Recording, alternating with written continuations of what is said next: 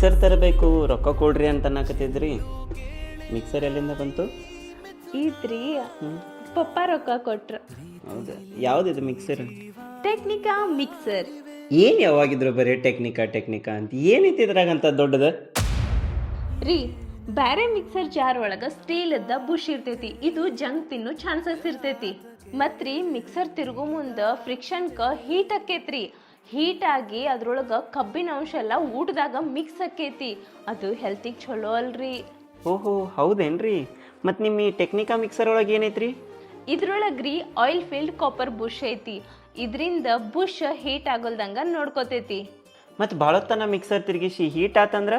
ಹಂಗೇನಾರ ಒಂದ್ ವೇಳೆ ಹೀಟ್ ಆಯ್ತಂದ್ರೂ ಸಹಿತರಿ ಇದ್ರೊಳಗ ಆಯಿಲ್ ಫೀಲ್ಡ್ ಕಾಪರ್ ಬುಷ್ ಇರೋದ್ರಿಂದ ಬುಷ್ ಒಳಗಿಂದ ಕುಕ್ಕಿಂಗ್ ಆಯಿಲ್ ಹೊರಗೆ ಬಂದು ಹೀಟನ್ನು ಕಂಟ್ರೋಲ್ ಮಾಡ್ತೈತಿ. ಮತ್ತು ಇದ್ರೊಳಗ ಕುಕ್ಕಿಂಗ್ ಆಯಿಲ್ ಇರೋದ್ರಿಂದ ಹೆಲ್ತಿಗೆ ಏನು ಪ್ರಾಬ್ಲಮ್ ಇಲ್ಲ.